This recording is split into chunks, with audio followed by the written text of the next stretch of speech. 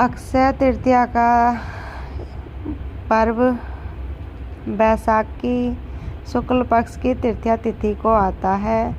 इस दिन महालक्ष्मी और भगवान विष्णु का पूजा अर्चना की जाती है। यह बहुत ही पावन और पवित्र दिन है, जिसे आखा तीज के नाम से भी जाना जाता है। अक्षय तृतीया की कथा एक धार्मिक और पौराणिक कथा है, जो अक्षय तृतीया के दिन दान पुण्य के महत्व को दर्शाती है। यह कथा मुख्य रूप से धर्मदास नामक एक वैश्य है और उसके दान पुण्य के बारे में है, जिसके कारण उसे अगले जन्म में राजा कुशावती के रूप में वैभव और यश प्राप्त हुआ। तो आइए सुनते हैं अक्षय तृतीया की पावन कथा।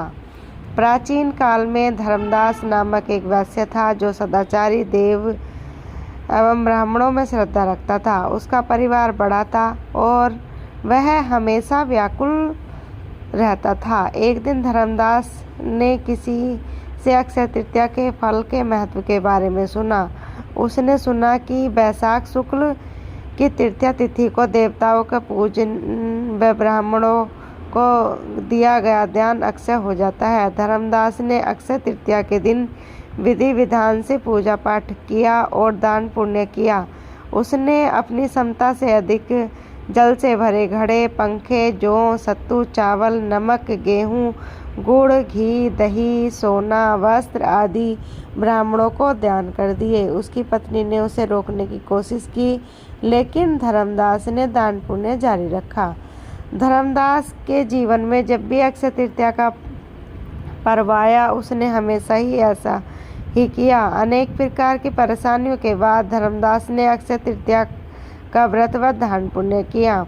अक्षय तृतीया के पुण्य के कारण धर्मदास को अगले जन्म में कुशावती राजा के रूप में जन्म मिला।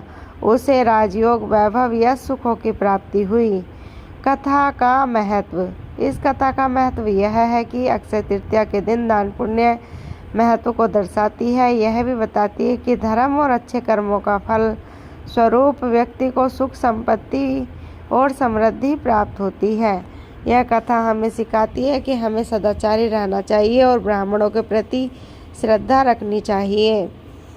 इसी दिन कहा जाता है कि भगवान श्री कृष्ण ने अपने बड़े पुराने और सच्चे मित्र सुदामा को अपनी संपत्ति का दान दिया था और अनेकानेक। आइए जानते हैं दूसरी कहानियों के विषय में। कहानी भी इसके पीछे छुपी हुई है। आखा तीज के दिन ही देवी अन्नपूर्णा का जन्म भी हुआ था। इसी दिन भगवान कृष्ण ने मैं जैसे आपको बताया कि संपत्ति और सौभाग्य गरीब किंतु सबसे अच्छे मित्र सुदामा को दे दिया था। अक्षय तृतीया के दिन भगवान परशुराम की जयंती भी मानी जाती है।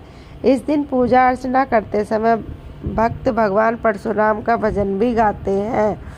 तो अक्षय तृतीया के दिन पावन पर्व पर घर में नमक जरूर लाएं और सोना चांदी जो भी आप खरीदना चाहें खरीद सकते हैं और दान पुण्य जरूर करें। इस दिन पानी का दान करना बहुत ही शुभ और लाभकारी भी माना जाता है। आप जो भी दान करते हैं उसका फल अक्षय हो जाता है।